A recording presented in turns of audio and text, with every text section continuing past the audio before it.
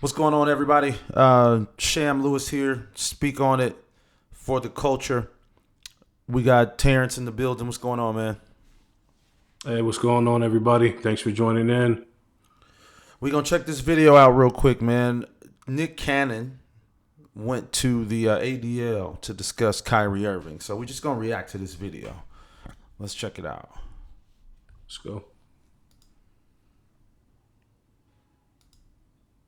I can wholeheartedly say I know Kyrie Irving is not anti-Semitic. When given the chance to say, are you anti-Semitic or not, he didn't say, no, I'm not anti-Semitic. At the press conference, tell us about that movie, why he did. He said, stop dehumanizing me. And the movie is saying white Jews invented the Holocaust and 6 million Jews didn't get killed. Okay, I know that isn't right, because there's a gigantic historical record. Jewish people know when you dehumanize us this way, we know what's around the corner. So in that same statement as those are the tropes that dehumanize Jewish people, the same buck breaking. What's that? I don't really know what that means, to be perfectly honest. The slave masters would Don't know bring what buck the buck, breaking is. the one that gets out of line. So all the other slaves would see lash after That's a smart lash, man. showed them the power to set an example. This is what you must do to fall in line. So when we see the 6 things that Kyrie must do to get his job back, Right. that's dehumanizing. Yeah, man. What what is buck breaking? Right, historical references. That's what he said, right? Right.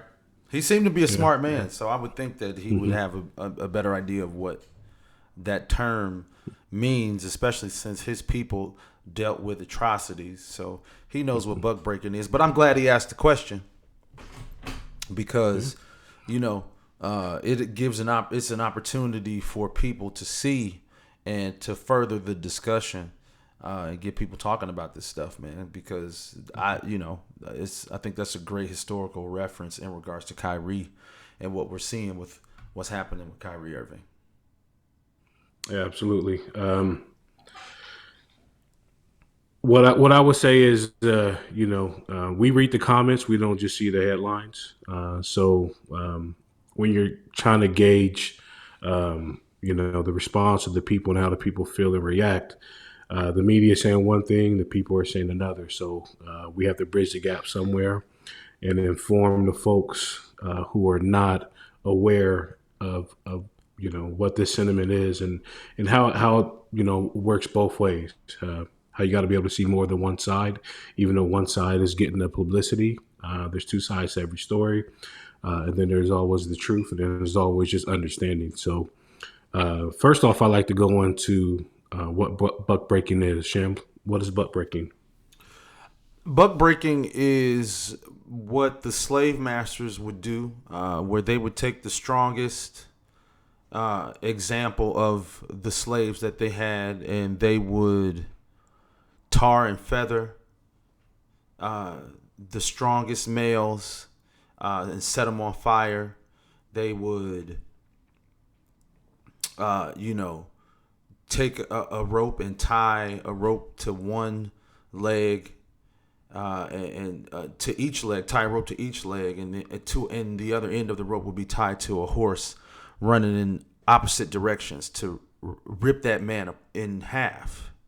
And they would do this in front of the other slaves because it would terrorize the slaves, and it would create an environment where the mother would no longer be able to trust that she could get protection from the man, and she would also in turn train her sons to be subservient. So that's what buck breaking is. At its most terrorizing form is, making sure that you keep the other slaves in line by making an example of the strongest, most outspoken, or the smartest slaves that you owned. Exactly, it's a form of mental terrorism. You have to remember that in the majority of the cases, the enslaved outnumbered the plantation owners and their field workers, their overseers. So examples have to be set. Resources are taken away so that you can't, quote unquote, buck the system.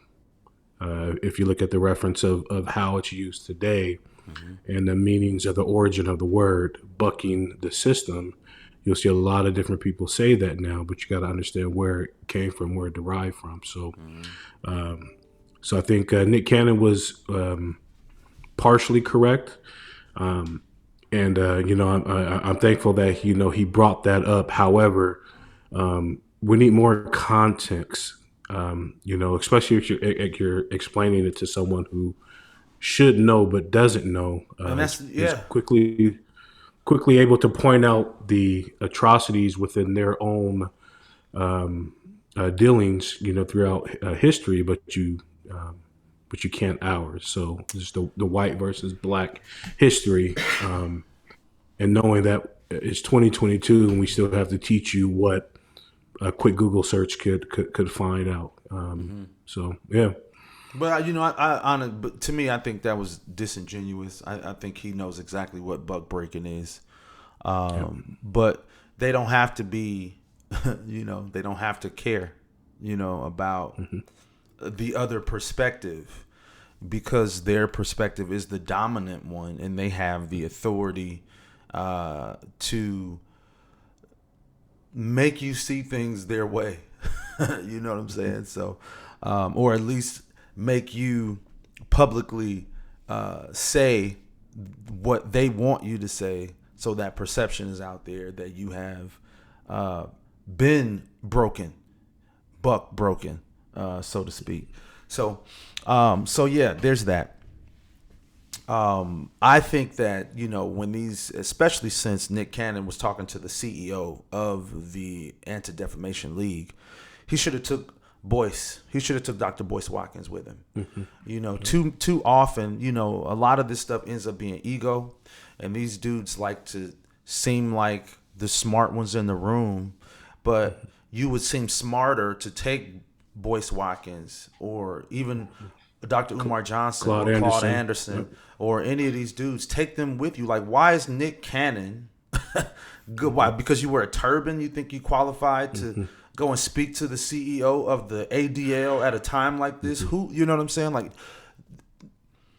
we need to prioritize. We as a people need to prioritize our scholars and the people who we know this stuff and can have in more intelligent conversations and provide that context in the moment, and will ask those tough questions in the moment, right? But the reason why everybody's looking at this interview with Nick Cannon is because that's the interview that they want you to see. They don't want to talk to Boyce. They want to talk to Nick Cannon because Nick Cannon has a lot of influence, and they know that Nick Cannon isn't going to articulate and contextualize this conversation in a meaningful way.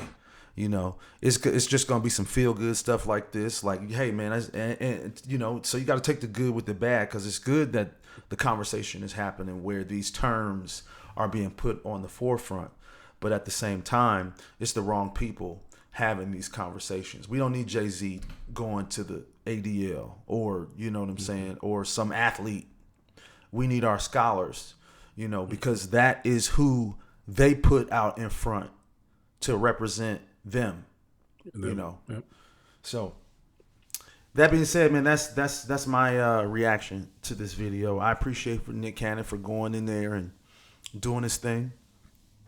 But take some backup with you. As a matter of fact, you should be the backup. There should be somebody in front of you, in my opinion. Yeah. All right, they man. Want they want the face, but you being the face should be intelligent enough to bring the scholars to the conversation. So, absolutely. So it's a great lesson learned. It's a good starting point, but a lot more work is needed. Absolutely. All right, man. That's for the culture. We'll catch y'all in the next one. Take care.